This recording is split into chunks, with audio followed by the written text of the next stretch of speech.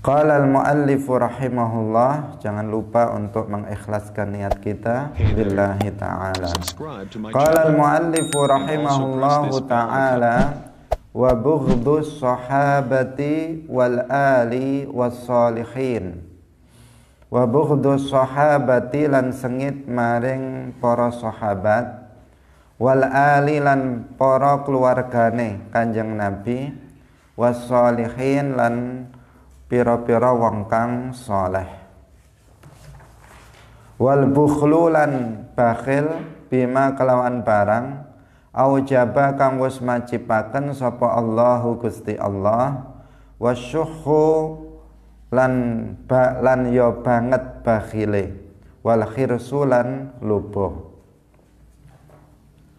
wal istihanatu lan ngremehaken bima kelawan barang azzama kang wis ngegungaken sapa Allahu Gusti Allah, wa tasghiru lan nasghir utawa nyilikaken, wa tasghiru lan nyilikaken ngremehaken lima maring barang azzama kang wis ngegungaken sapa Allahu Gusti Allah, nyatane min taatin saking ketaatan, au maksiatin utawa maksiat, au qur'anin utawa Qur'an, au ilmin utawa ilmu, au jannatin utawa swarga, au narin utawa neraka. Hadirin pemirsa yang dirahmati oleh Allah Subhanahu wa taala, di antara dosa hati adalah membenci para sahabat. Ini sekilas sudah kita jelaskan sebelumnya, karena di antara kewajiban hati adalah mencintai para sahabat. Jadi wajib kita mencintai para sahabat, haram hukumnya membenci para sahabat. Telah kita jelaskan tentang definisi sahabat. Nah, seseorang itu disebut sebagai seorang sahabi, seorang sahabat Nabi apabila yang pertama dia bertemu dengan Rasulullah di masa hidup Rasulullah. Jadi dia bertemu dengan Nabi secara langsung ketika Rasulullah masih hidup. Jika seseorang itu melihat Nabi setelah wafatnya beliau dalam mimpi ataupun tidak dalam mimpi, dalam keadaan jaga misalnya, maka dia tidak disebut sebagai seorang sahabat, meskipun bermimpi ketemu Nabi itu betul-betul bertemu dengan Nabi, sebagaimana disebutkan dalam hadis, man ra'ani fil manam faqad ra'ani haqqa. Nah, dalam hadis yang lain, man ra'ani fil manam faqad ra'ani fa inna syaitana la yatamatsalu bi. Nah, barang siapa yang melihatku dalam tidur, maka dia betul-betul telah melihatku. Karena setan itu tidak bisa menyerupaiku. Setan itu tidak bisa merubah wujud menjadi wujudku, tidak bisa menyerupai Nabi. Karena itu orang yang bermimpi melihat Nabi, maka dia betul-betul telah bermimpi melihat Nabi. Nah, meskipun demikian, orang yang melihat Nabi dalam mimpi itu tidak disebut sebagai seorang sahabat, tidak. Karena sahabat itu dia adalah orang yang melihat Nabi dalam ketika Rasulullah masih hidup. Nah, ini yang pertama. Yang kedua, dia beriman dengan Nabi. Kalau orang itu sering ketemu Nabi tetapi dia tidak mengimani Nabi, seperti Abu Jahal, Abu Lahab, maka dia juga bukan sahabat. Kemudian yang ketiga, dia mati dalam keadaan mukmin. Kalau dia mati dalam keadaan kafir, misalnya dia murtad, sebelumnya sudah mukmin kemudian murtad dan mati dalam keadaan murtad, maka dia juga tidak disebut sahabat. Nah, tentang masalah ini sudah kita jelaskan sebelumnya. Nah, kita wajib untuk mencintai para sahabat. Kebalikannya, kita haram untuk membenci para sahabat. bahkan membenci seluruh para sahabat tanpa kecuali, itu hukumnya kufur. Kalau seseorang membenci semua sahabat tanpa kecuali, secara global, maksudnya membenci sahabat secara global, secara ijmali, maka itu hukumnya adalah kufur. Tapi kalau membenci perorangan dari sahabat, itu tidak sampai kepada kekufuran, tidak sampai dosanya sampai kepada kekufuran, tetapi hukumnya tetap haram, hukumnya tetap haram. Nah, di sini patut diwaspadai, ada dua kelompok yang menisbatkan dirinya kepada Islam, tetapi mereka membenci para sahabat, seperti kelompok Syiah. Kelompok Syiah itu adalah kelompok yang mereka mengaku-ngaku sebagai pengikut dari Sayyidina Ali bin Abi Thalib. Mereka mengaku-ngaku mencintai Ahlul Bait, mencintai keluarga Nabi, tapi sebenarnya pada faktanya tidak demikian. Nah, pada faktanya tidak demikian. Karena Sayyidina Ali mengingkari mereka, kemudian Ahlul Bait, dari Ahlul Bait kalangan pembesar yang mereka anggap sebagai pemimpin mereka, itu justru berlepas diri dari kelompok Syiah ini. Nah, kelompok Syiah ini mereka ghulu dalam agama, mereka berlebihan di dalam memuji, mereka berlebihan dalam memuji Sayyidina Ali bin Abi Thalib, sehingga kebablasan mencela selain Sayyidina Ali bin Abi Thalib. Mereka mencela Abu Bakar, mencela Sayyidina Umar bin Al-Khattab, mencela Sayyidina Utsman bin Affan, mencela Sayyidah Aisyah, dan sebagian para sahabat yang lain. Nah, sebagian mereka sekedar mencela, sebagian yang paling rendah mereka hanya mengatakan bahwa Sayyidina Ali bin Abi Thalib lebih mulia daripada Abu Bakar, Umar, dan Utsman. Sebagian mereka. Sebagian ada yang lebih parah, mengatakan, menuduh bahwa Sayyidina Abu Bakar, Umar, Utsman itu telah merebut haknya Sayyidina Ali untuk menjadi khalifah. Nah, sebagian mereka lebih parah lagi, mengatakan bahwa para sahabat besar ini seperti Abu Bakar, Umar, Utsman, dan Sayyidah Aisyah ini bahkan dikafirkan oleh mereka. Wal'iyadzubillah. Nah, kaum muslimin pemirsa yang dirahmati oleh Allah, ini siapa? Ini kelompok Syiah. Nah, kita waspada, harus waspada, karena kelompok ini juga menyebar di Indonesia. Kelompok para pembenci sahabat yang mulia. Mereka ngaku-ngaku mencintai Ahlul Bait, tetapi mereka membenci para sahabat Nabi. Kemudian ada satu kelompok lagi, namanya kelompok Khawarij. Kelompok Khawarij. Kelompok Khawarij ini juga pembenci sahabat. Mereka mencintai Sayyidina Abu Bakar, mencintai Umar, mencintai Utsman, tetapi mereka membenci Sayyidina Ali. Mereka membenci Sayyidina Ali. Mereka bahkan yang ekstrim, mereka mengatakan bahwa Sayyidina Ali bin Abi Thalib itu telah kafir. Mereka juga mengatakan bahwa Muawiyah telah kafir, Abu Musa al-Ash'ari telah kafir, kemudian Amr bin al-As telah kafir, dan semua sahabat yang dulu setuju dengan tahkim yang dilakukan oleh Sayyidina Ali, semuanya sudah kafir. Ini kelompok Khawarij, kebalikan dari kelompok Syiah. Ahlus Sunnah wal Jamaah ajarannya tidak seperti ini. Haram hukumnya membenci para sahabat. Haram hukumnya membenci para sahabat. Kita wajib mencintai para sahabat Rasulullah Shallallahu Alaihi Wasallam. Kita mencintai Abu Bakar As-Siddiq, kita mencintai Umar bin Al-Khattab, kita mencintai Utsman bin Affan, kita juga mencintai Ali bin Abi Thalib radhiyallahu anhum ajma'in. Nah, kita mencintai para sahabat yang lainnya juga. Kaum muslimin pemirsa yang dirahmati oleh Allah Subhanahu wa ta'ala.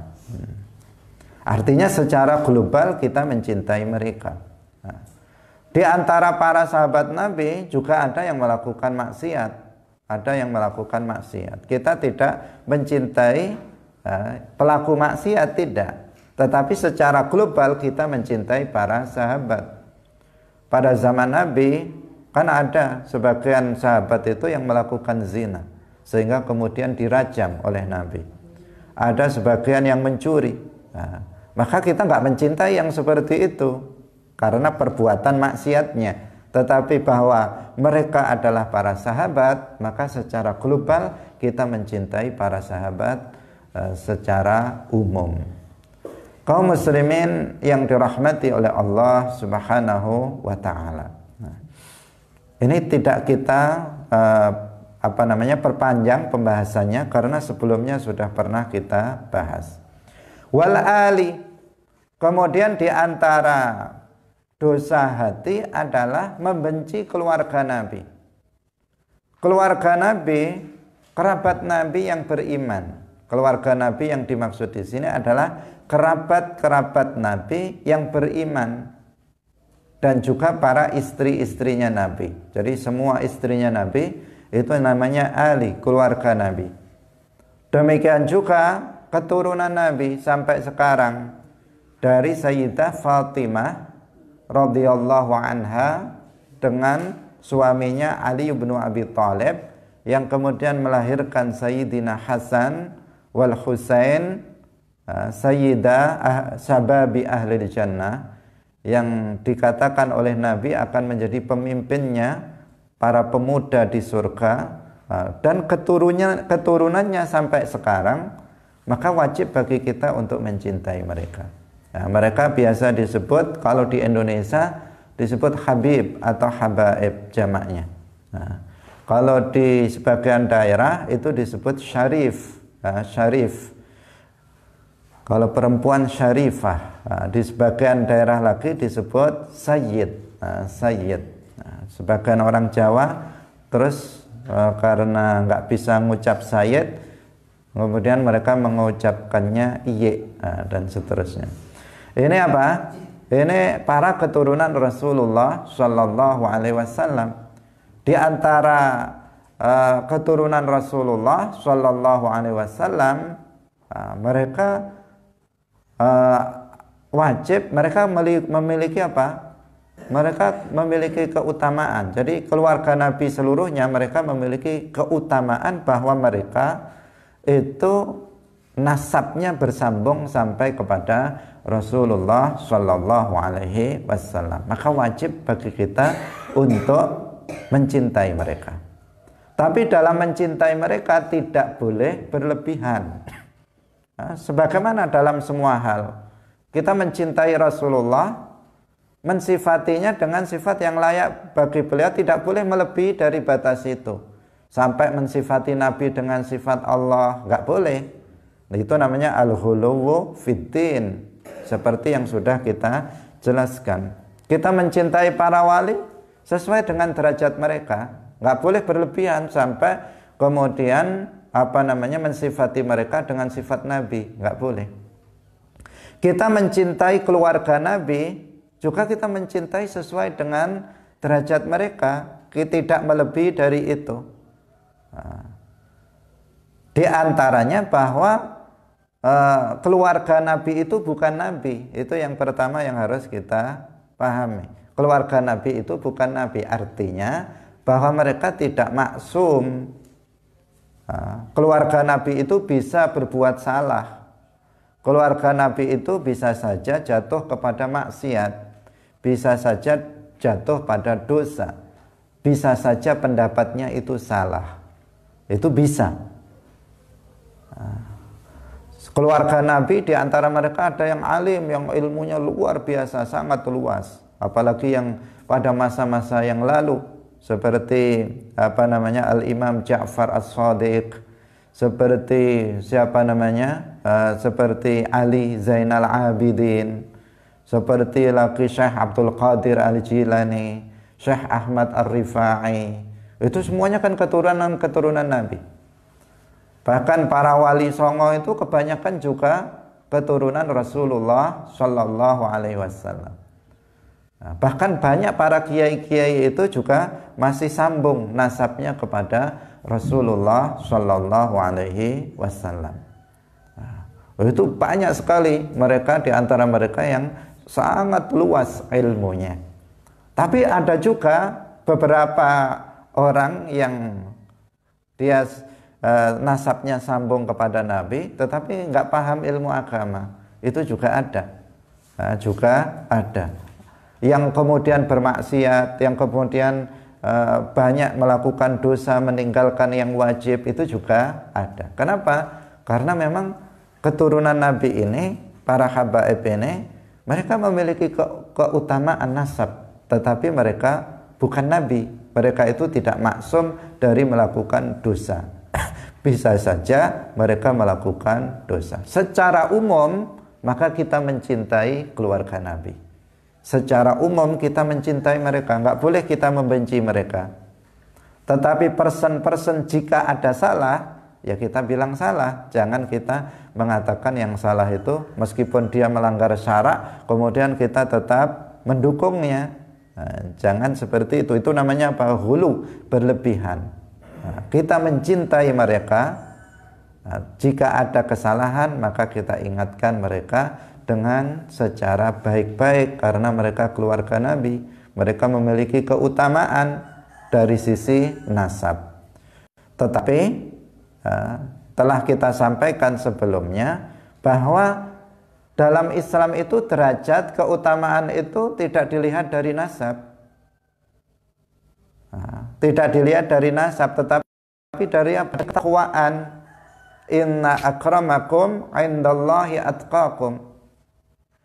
Kalau ada non keluarga Nabi tetapi dia berilmu, bertakwa, menjalankan yang wajib dan meninggalkan yang haram, maka dia akan lebih baik, lebih mulia daripada dia keturunan Nabi tetapi misalnya tidak berilmu, kemudian bermaksiat. Nah, pada intinya apa? Ketakwaan itulah yang nanti menjadikan seseorang itu mulia, bukan nasabnya. Hanya saja orang yang memiliki keturunan dari Rasulullah itu memiliki keutamaan lebih, sehingga banyak di antara keturunan Nabi itu menjadi penyebar-penyebar agama di seluruh dunia, termasuk di Indonesia. Ini para wali songo, mereka kebanyakan adalah keturunan Rasulullah menyebarkan agama di Indonesia ini. Sampai sekarang banyak para habaib yang tetap mereka berdakwah untuk menyebarluaskan ajaran kakeknya, yaitu Sayyidina wa Maulana Muhammad sallallahu alaihi wasallam. Nah, kaum muslimin pemirsa yang dirahmati oleh Allah Subhanahu wa taala.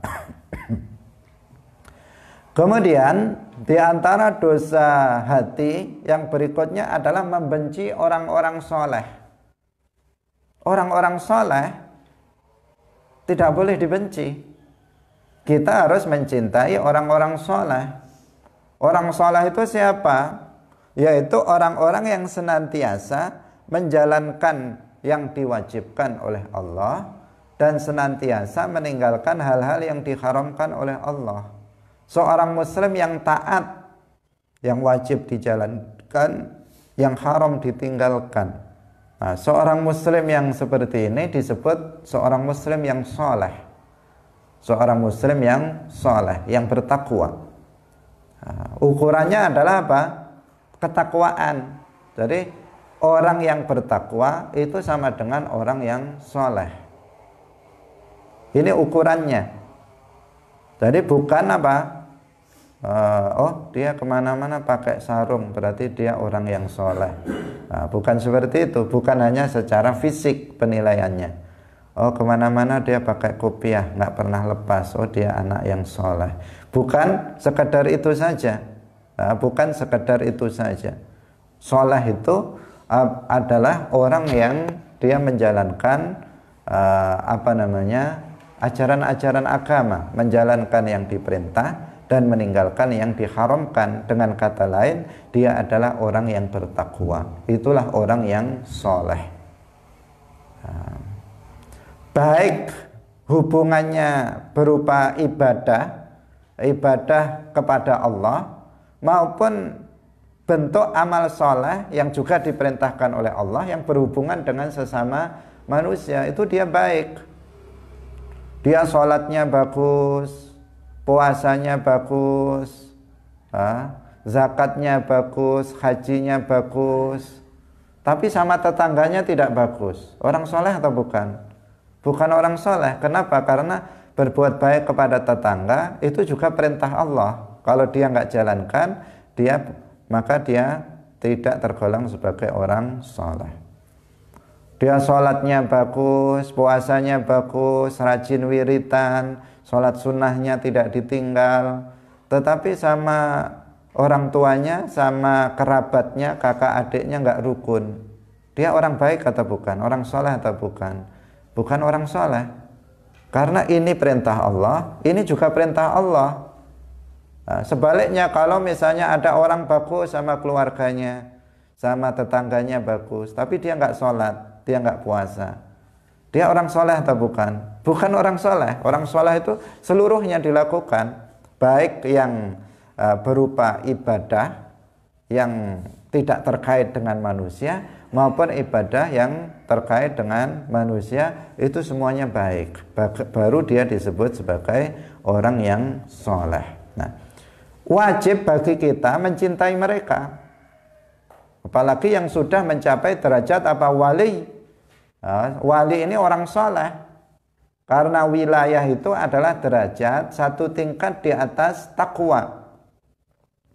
Takwa itu menjalankan yang wajib dan meninggalkan yang diharamkan. Lah, wilayah wali, derajat wali itu ditambah takwa, tambah yaitu mengamalkan amalan sunnah secara istiqamah, meskipun hanya satu amalan sunnah, tetapi dia melakukan secara istiqamah. Yang tadi yang menjalankan yang wajib istiqamah, meninggalkan yang haram istiqamah. Kemudian apa? Dia menjalankan yang sunnah meskipun hanya satu amalan sunnah secara istiqomah juga, maka dia sampai pada derajat wali.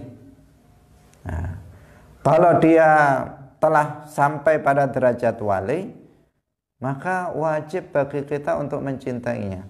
Dia bertakwa saja kita wajib mencintainya, apalagi dia sampai kepada derajat para menjadi seorang wali, maka wajib bagi kita untuk mencintai orang tersebut. Kenapa? Karena Allah mencintai mereka.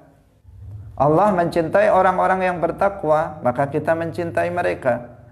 Allah mencintai orang-orang yang wali, maka kita mencintai para wali. Tidak boleh kita memusuhi para wali. Tidak boleh kita membenci seorang wali. Orang yang membenci seorang wali, maka dia dalam bahaya. Dalam hadis qudsi itu firman Allah, tetapi yang disampaikan oleh Nabi dengan redaksi dari Nabi. Dalam hadis qudsi Allah berfirman, man adali waliyan faqad adzantuhu bil harbi. Barang siapa yang memusuhi waliku, maka aku umumkan perang kepadanya. Jadi kalau ada orang benci kepada wali Allah, Syekh Abdul Qadir Al-Jilani, Syekh Ahmad Ar-Rifai, para aulia, para wali-wali, orang-orang soleh, membenci para kiai-kiai yang soleh misalnya, maka orang-orang ini Allah mengumumkan bahwa Allah akan menghancurkan dia. Azantuhu bil harbi itu artinya bahwa Allah akan membinasakan, menghancurkan orang seperti ini. Artinya kehidupannya terancam bahaya dia apabila dia memusuhi seorang wali. Waliullah, kalau orang Jawa mengatakan bisa kualat orang ini kalau dia memusuhi wali. Kualat artinya apa? Dia akan bisa mendapatkan azab Allah di dunia ini jika seseorang berani bermusuhan dengan wali. Nah, bermusuhan kok dengan wali? Wali ini kekasih Allah. Allah mencintainya, sementara dia membencinya, membenci kekasih Allah. Maka Allah berfirman, faqad adzantuhu bil harbi, artinya Allah akan menghancurkan orang yang semacam ini. Ada sebagian kelompok seperti kelompok Wahabi, mereka membenci para wali, mereka membenci orang-orang soleh. Sampai-sampai kita berziarah ke makam wali saja diharamkan oleh mereka dan dianggap sebagai syirik. Jangankan para wali, mereka juga membenci Rasulullah Shallallahu Alaihi Wasallam. Ini yang harus diwaspadai kelompok seperti ini. Ahlus Sunnah wal Jamaah itu mengajarkan untuk mencintai para wali dan orang-orang soleh, mencintai para ulama yang mengamalkan ilmunya. Kita wajib mencintai mereka. Mencintai mereka artinya apa? Menghendaki kebaikan untuk mereka. Kaum muslimin pemirsa Madu TV yang dirahmati oleh Allah Subhanahu wa taala, kita lanjutkan wal bukhlu bima aujaballahu wasyuhhu wal khirsu. Di antara dosa hati adalah bakhil. Bakhil itu kikir. Kikir itu bahasa Jawanya apa? Medit. Jadi bakhil. Bakhil itu yang dimaksud di sini adalah bakhil atau kikir dari sesuatu yang diwajibkan oleh Allah, itu bakhil. Jadi seseorang wajib dia untuk membayar zakat, tetapi dia tidak mengeluarkan zakat, maka orang seperti ini namanya orang yang bakhil. Ada orang wajib dia sebagai seorang suami wajib memberikan nafkah kepada istri dan anak-anaknya, tetapi dia nggak mau ngasih nafkah, disimpan sendiri duitnya, istrinya nggak diberi dan anaknya tidak diberi nafkah. Maka laki-laki seperti ini orang yang bakhil. Kenapa? Karena memberi nafkah itu hukumnya wajib. Ada orang misalnya anak, dia memiliki harta melimpah, sementara orang tuanya fakir. Dia tidak mau memberikan memberi nafkah kepada kedua orang tuanya yang fakir, maka dia disebut orang yang bakhil.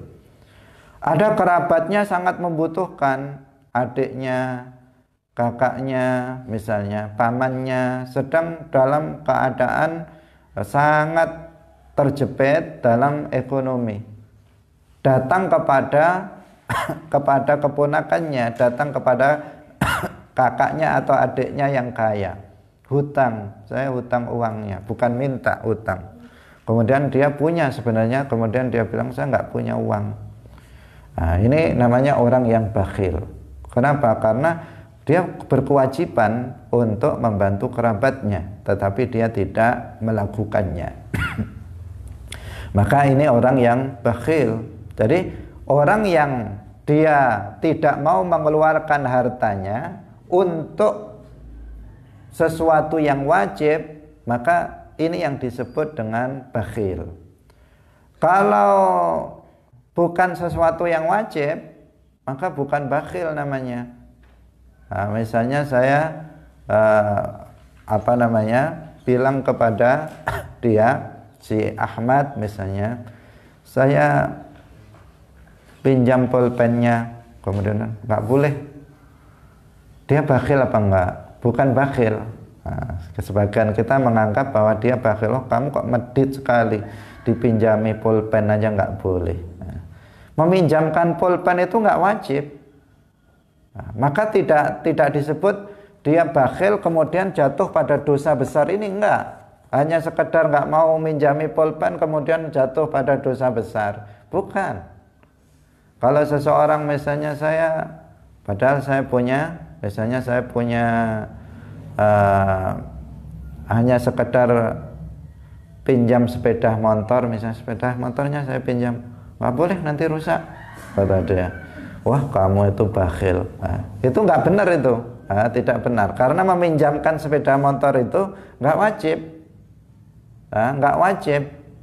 Maka kalau orang kemudian menolak untuk meminjamkan sepeda motornya kepada kita, maka itu tidak masuk sebagai, tidak tergolong sebagai orang yang bakhil, yang ini termasuk dosa besar. Nah, ini dalam istilah syara. Tapi kalau kemudian ada seseorang wajib dia mengeluarkan zakat, tapi dia nggak mau mengeluarkannya, maka ini orang yang bakhil. Wajib dia memberikan nafkah istri anaknya, dia punya uangnya, tetapi dia tidak berikan, maka ini orang yang bakhil. Jadi orang yang bakhil yang dimaksud di sini adalah orang yang tidak mau mengeluarkan harta yang dia miliki untuk melakukan kewajiban dia. Itu yang disebut dengan bakhil. Agar ini perlu diperhatikan, karena sering kita ada kesalahpahaman tentang bakhil ini, sehingga kita sedikit-sedikit menvonis orang sebagai orang yang bakhil, padahal dia nggak mau dipinjam sepeda motornya itu karena dia tahu orangnya ini kalau naik sepeda motor ugal-ugalan, bisa rusak sepeda saya, makanya dia bilang jangan dipinjam, nggak boleh. Nah, itu bukan bakhil yang kedua ini. Kaum muslimin pemirsa yang dirahmati oleh Allah, makanya di sini disebutkan apa? Wal bukhlu bima aujaballah. Jadi yang termasuk dosa itu adalah bakhil dengan sesuatu yang diwajibkan oleh Allah. Wasyuhu, asyuhu ini maknanya sama dengan bukhl, sama dengan orang yang bakhil, yaitu hanya saja syuhu ini lebih parah kebakhilannya. Dalam semua hal dia itu berat untuk mengeluarkannya, dalam hal yang wajib sebagaimana tadi kita sebutkan. Yang selanjutnya adalah al-khirsu. Al-khirsu itu rakus terhadap harta. Rakus terhadap harta yaitu adanya kecintaan dalam hati yang sangat besar untuk mengumpulkan harta, untuk meraup harta sebanyak-banyaknya dengan cara apapun, termasuk dengan cara-cara yang tercela. Ini namanya apa? Al-khirsu. Jadi dalam hatinya itu yang dia pikirkan bagaimana mengumpulkan duit. Setiap hari itu dalam pikirannya, dalam hatinya, bagaimana bisa mengumpulkan uang, harta yang sebanyak-banyaknya. Nah, itu saja yang dipikirkan, caranya pokoknya dengan berbagai macam cara. Apakah itu riba, apakah itu dengan judi, apakah itu dengan menipu, apakah itu dengan korupsi, apakah itu, dia nggak peduli, yang penting dapat uang, bisa kaya. Nah, itu namanya sifat al-khirsu. Nah, jadi memiliki kecintaan yang sangat kuat di dalam hatinya terhadap harta benda, dan dia melakukannya dengan cara apapun. Terus tujuan dia untuk memiliki harta itu agar dia bisa sombong kepada orang lain, agar dia bisa mengatakan saya orang kaya, agar dia bisa berbangga-bangga diri, bahkan bisa berfoya-foya dengan harta yang dia miliki. Itu namanya al-khirsu. Itu yang haram, itu yang seperti itu. Jadi kecintaan terhadap harta yang sampai membawa dia dalam mengumpulkannya dengan cara-cara yang haram. Terus tujuan dia seperti itu adalah untuk mendapatkan kebanggaan saja, bermegah-megah, berbangga-bangga diri, atau bahkan untuk berfoya-foya dan berbuat maksiat dengan harta yang dimilikinya. Kebanyakan orang seperti itu, mencari harta itu tujuannya untuk itu. Tujuannya untuk itu. Karena kalau yang mencari harta dengan tujuan selain itu sedikit. Tetapi ada juga orang bekerja keras, oh nanti saya biar bisa berinfak untuk dakwah Islam, untuk dakwah Ahlus Sunnah wal Jamaah. Ada, tetapi sedikit. Saya mencari uang, kerja keras membanting tulang, nanti saya agar bisa membantu pondok pesantren, bisa membantu masjid. Itu tujuan saya. Itu sedikit orang yang seperti itu. Saya nanti bisa sedekah sama tetangga saya, bisa menyantuni anak yatim. Saya kerja keras untuk itu. Itu sedikit jumlahnya seperti itu. Kalau itu sesuatu yang terpuji. Tetapi kebanyakan orang itu bekerja keras, bahkan tidak mengenal waktu, siang malam waktu sholat nggak kenal. Tujuannya apa? Untuk berbangga-bangga, untuk sombong di hadapan orang lain. Inilah yang diharamkan, yang disebut dalam agama sebagai al-khirsu. Para ulama mengatakan hubbud dunya ra'su kulli khati'atin. Hubbud dunya ra'su kulli khati'atin. Cinta terhadap dunia itu adalah pangkal dari segala kesalahan. Kalau diurut-urut, setiap orang melakukan maksiat, dosa ini, dosa itu, dosa ini, dosa itu kebanyakan diurut-urut itu ujungnya adalah karena urusan dunia, karena dia cinta dunia. Itu yang mengakibatkan kemudian seseorang jatuh kepada kesalahan, kemaksiatan demi kemaksiatan dilakukan gara-gara apa? Gara-gara seseorang terlalu mencintai dunia, cinta terhadap harta benda, cinta terhadap perhiasan dunia ini, yang mengakibatkan seseorang itu jatuh kepada berbagai macam maksiat. Karena itu hendaknya kita hilangkan hubbud dunia. Boleh kita menjadi orang kaya, tetapi mencintai harta itu yang nggak boleh. Boleh di tangan kita banyak duit, boleh saja, nggak ada masalah. Tetapi mencintai uang yang ada di tangan kita ini yang membahayakan.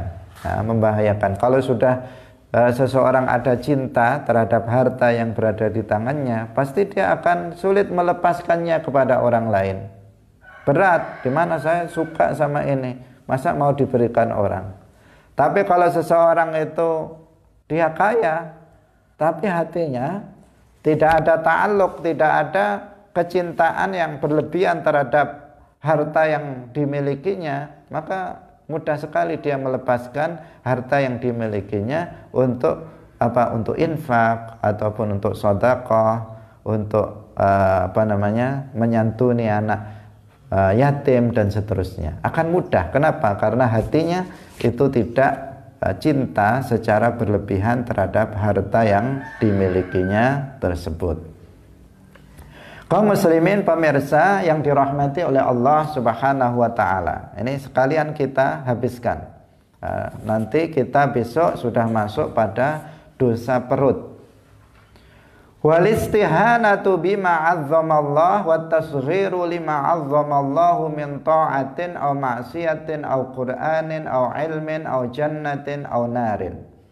Ini sudah kita jelaskan dalam pembahasan tentang contoh-contoh riddah. Dalam pertemuan pembahasan tentang masalah riddah, masalah akidah. Sehingga kita hanya jelaskan sekelumit saja.